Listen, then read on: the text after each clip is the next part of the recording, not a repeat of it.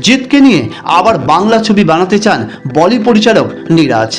নীরজ পান্ডে ও জিৎ বেশ মিল খেয়ে গেছে, তাই নীরজ আবার জিতকে নিয়ে বাংলা ছবি বানানোর কথা ভাবছেন। এবার আরও একবার জিতের সঙ্গে কাজ করতে আগ্রহ প্রকাশ করলেন বলিউডের পরিচালক প্রযোজক নীরজ পান্ডে। হ্যাঁ, ঠিকই শুনছেন, তবে হিন্দি নয়, এবার বাংলা ছবি বানাতে চাইছেন নীরজ। সম্প্রতি এক সাক্ষাৎকারে নীরজ বলেন, জিতের ফোনের অপেক্ষায় আছি।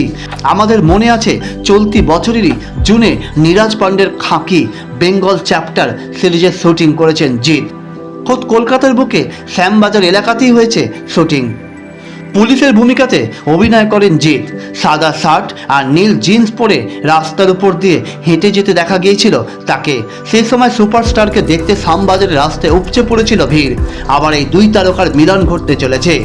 নীরজ কবে আবার বাংলা ছবি বানাবেন, এমন প্রশ্নের উত্তরে নীরজ বলেন, তাড়াতাড়ি করতে চাই, আমি এখনো জিতের ফোনের অপেক্ষায় আছি, ওকে আগে একটা ভালো বিষয় বাছতে হবে।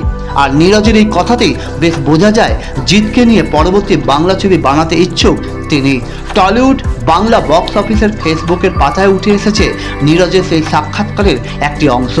প্রসঙ্গত, এর আগে 2014 সালে জিতকে নিয়ে দ্য রয়্যাল বেঙ্গল টাইগার ছবিটি বানিয়েছিলেন নীরজ, তবে সেই ছবির পরিচালক তিনি ছিলেন না, ছবির চিত্রনাট্যকার ও প্রযোজক ছিলেন তিনি।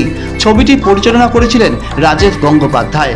বাংলা, হিন্দি, তামিল সহ একাধিক ভাষায় মুক্তি পেয়েছিল দ্য রয়্যাল বেঙ্গল টাইগার। সেই ছবিতে জিৎ ছাড়াও ছিলেন আবির চট্টোপাধ্যায়, প্রিয়াঙ্কা সরকার, খরাজ মুখোপাধ্যায়, শান্তিলাল মুখোপাধ্যায়, বরুণ চন্দ, চন্দন সেনের মতো অভিনেতারা। বক্স অফিসে ভালো ব্যবসা দিয়েছিল ছবিটি, তাই জিৎ ভক্তরা আবার এই জুটির নতুন ছবির জন্য অপেক্ষা করছেন। Shashwati Chatterjee report, target news.